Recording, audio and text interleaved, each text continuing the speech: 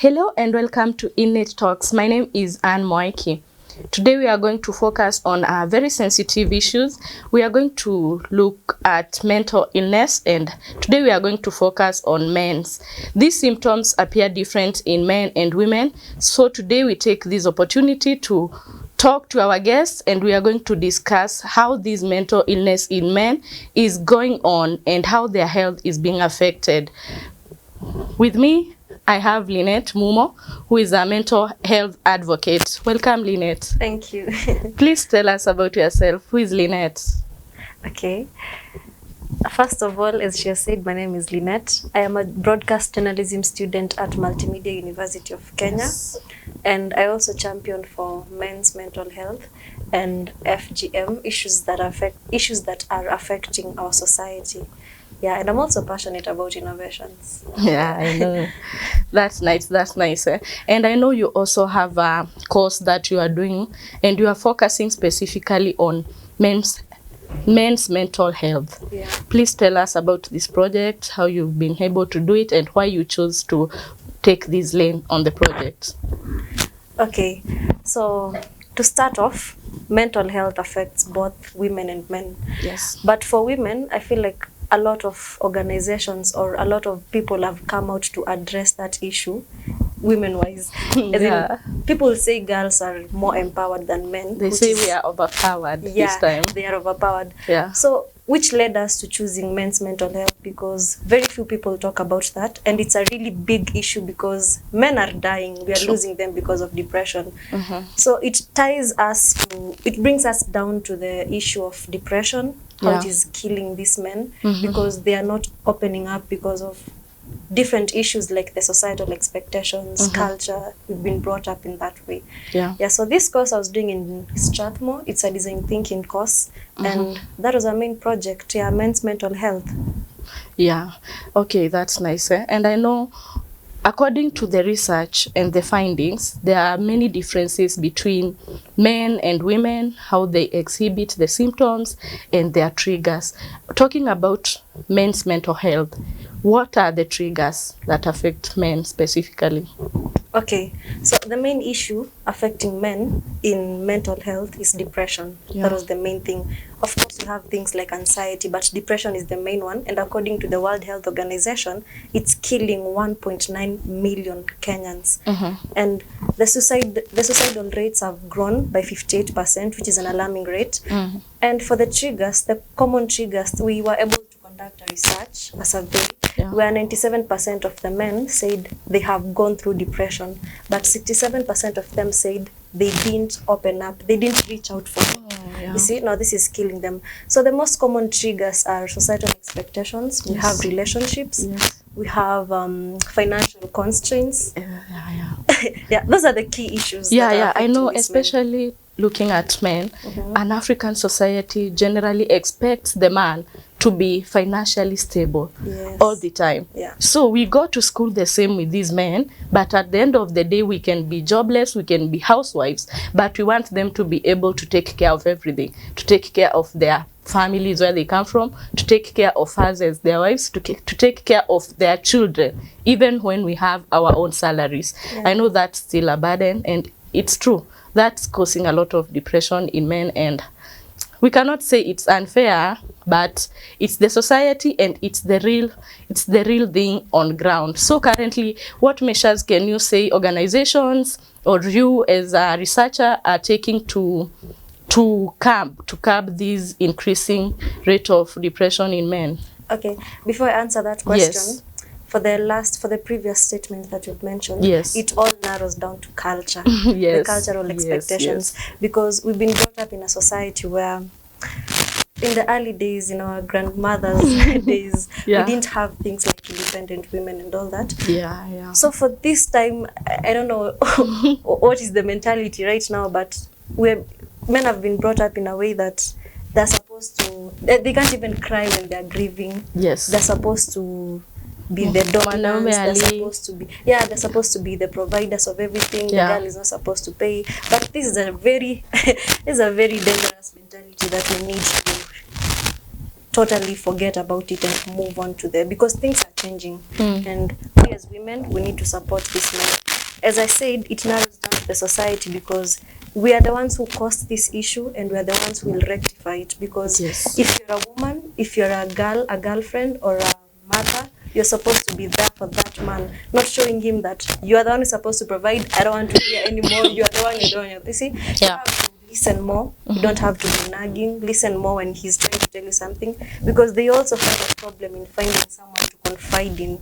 You know, because you can tell your girlfriend and she's there. I don't know what is it. They find a problem in finding someone to confide in. And then I can now answer your question. So we were creating a safe space for men to open up. And for this safe space, because you can't get men to open up in therapy per se. So in our safe space, we had incorporated in-heart activities and external activities. So in our ideation phase, we had different ideas for the prototype to make. So we had a safe app where they can open up anonymously. We had social media advocacy and a safe heart. Now for this heart, it stood out because it incorporates the 4 important parts of health: the mental health, physical, emotional, and mental. Yes. So in that, we have in-heart activities and external. So for the in-heart activities, we have the therapy services, we have guidance and counseling, we have games at the far end, we have men's baraza where they can open up themselves without talking to a therapist.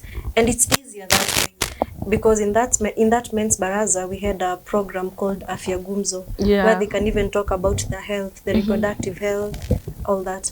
So apart from that, those are the in-heart activities. The external, we had activities like hiking, sport tournaments, where if it's an hike, they can go and sit somewhere and discuss. Because I get that talking, being able to get a man to sit down and tell you I'm going through this and that, it's so hard. So for these activities like hiking, it can be, it's a unique angle to make them open up.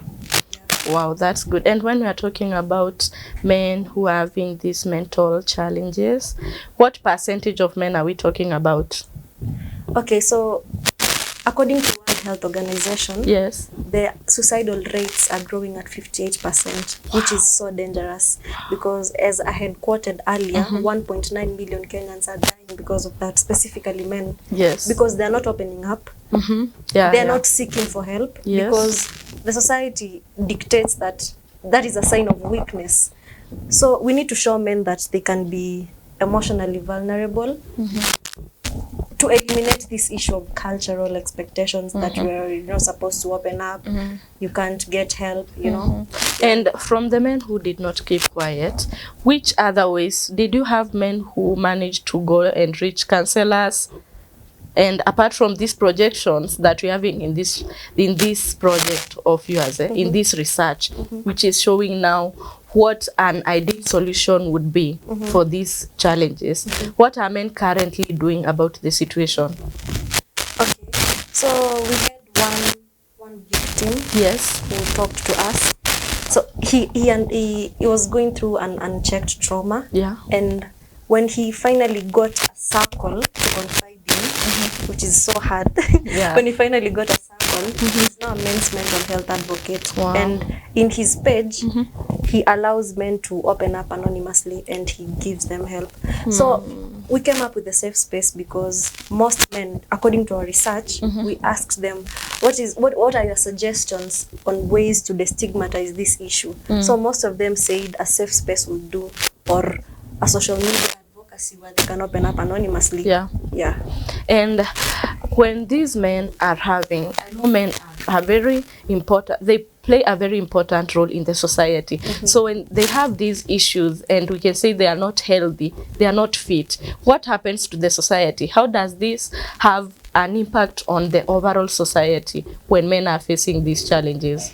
We need healthy fathers for the kids. We need healthy boyfriends. We need healthy men around us, our friends. So if they're not okay, it will affect most organizations, because most of them now even headed by men.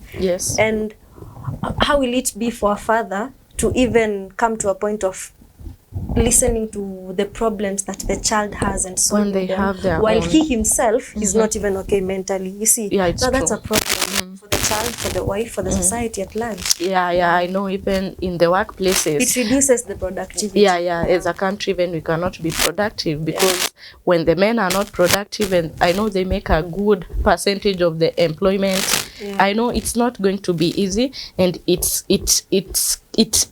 an overall effect on the whole society. And what would be your parting shot regarding this whole issue on men? I know we may have many other episodes where we can have victims, experts, but you as an advocate, what are your final say? Okay, I believe that anything mentionable is human. Yes. And anything mentionable is manageable. So the more we talk about these things, the more they become less scary, less traumatizing to these men. So I would really urge them to open up and talk about these issues, because for ladies it's easier, because it's not easy for us to undergo depression, because we talk a lot, and we talk a lot. So for men, I feel like it can be a good thing, because it will now become manageable when they talk about it. So how can a person who wishes to express their issues or wishes to get connected to these advocates who are men, how can they reach you? Okay, you can find me on all social media platforms at Lynette_Momo.